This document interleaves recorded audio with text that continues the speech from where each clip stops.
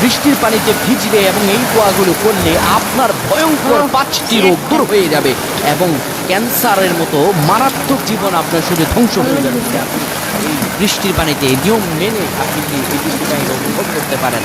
নবীজি সাল্লাল্লাহু আলাইহি সাল্লাম বলেন, বৃষ্টি যখন আসে বৃষ্টির পানিতে হাত দিয়ে দোয়া করো, আল্লাহুম্মা সাইয়্যিবান নাফিয়া। কেউ যদি এই ঝড় তুফানের মাঝে আল্লাহ তাআলার কাছে দোয়া করে, আমার আল্লাহ কবুল করেন।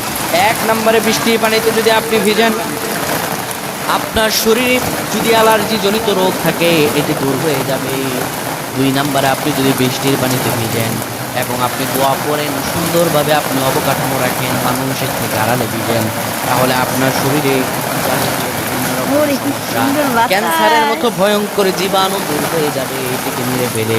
3, বৃষ্টির পানিকে যদি আপনি পরিচ্ছন্ন করে খেতে পারেন, আপনার শরীরের ভেতরে যতগুলো গ্যাস্ট্রিক আছে দূর হয়ে যাবে। 4 নম্বরে বৃষ্টির পানিকে যদি আপনি ব্যবহার করতে পারেন রান্না খাবার দাবার হিসাবে, এতে আপনার শরীরে বিভিন্ন রকমের এজমা দূর হয়ে যাবে। 5 নম্বরে বৃষ্টির পানি, এটি রহমতের পানি, এটি দয়ার পানি। এই পানিকে যদি আপনি সুন্দরভাবে উপভোগ করতে পারেন দোয়ার মাধ্যমে, আল্লাহ তাআলার কাছে আশ্রয় চাওয়ার মাধ্যমে, তাহলে আমার আল্লাহ এই বৃষ্টির পানিতে আপনার সকল